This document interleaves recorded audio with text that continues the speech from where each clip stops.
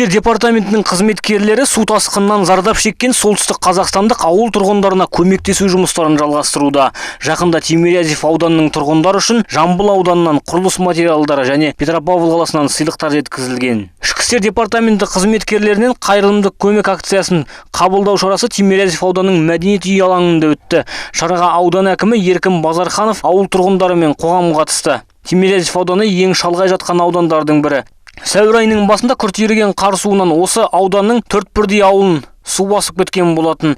Бүгінде су тартылуда, алайда ауыл тұрғындарының алдында өз үйлерін қалпына келтіру тапсырмасы тұр. Осы орайда Ішкі істер департаменті басшылығының бастамасымен тілсіз жаудан зардап шеккен Тимирязев ауданының тұрғындарына гуманитарлық көмек жинап жіберу жағы өз шешімін тапқан.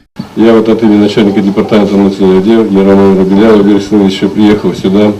Значит, большая вода вроде бы действительно отошла, но она оставила. Осында Ішкі істер департаменті бастығының атынан арнайы келіп тұрмын. Су ауылдан кетуде, дегенмен тілсіз жау ауылдықтарға үлкен шығын келтірді. Біз осындай қайғыға көзімізді жұмып қарамай, мүмкіндігімізше қандай да болсын көмек қолымызды созып қалғымыз келді. Осы сияқты акцияны біз Тайынша ауданында өткізгенбіз. Ауылдықтар қысқа мерзім ішінде үйлерін ретке келтіру мақсатында негізінен біз осы акцияда құрылыс материалдарын әкеліп отырмыз. Пресновка ауылынан ауданға КАМАЗ тиелген құрылыс материалдар жіберілді. Жамбыл аудандық ішкі істер бөлімінің қызметкерлері өздерінің көрші ауданына жөндеу жұмыстарына қажетті тақтай, сыр бояу, жаққыш, жылыту құралдары мен тағы басқа құрылыс материалдарын жөнелткен. Бұл көмек түріне деген сертификат апаттан ең көп зардап шеккен ауыл тұрғындарына салтанатты түрде табысталды. Петропавл қаласында жуырда құқық қорғау органдарының арасында Ішкі істер министрінің кубогіне волейболдан жарыс өткізілген болатын. Сайыстың жеңімпаздары Қостанай мен Ақмола облысынан келген құрамалар өзара шешімдерімен өздерінің сыйлықтарын қызыл судан зардап шеккен Тимирязев ауданының тұрғындарына беруді шешкен.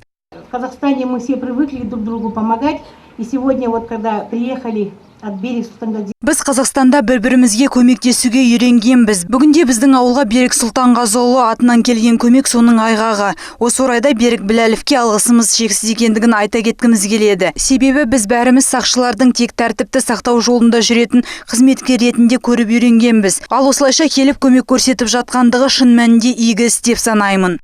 Хотим поблагодарить.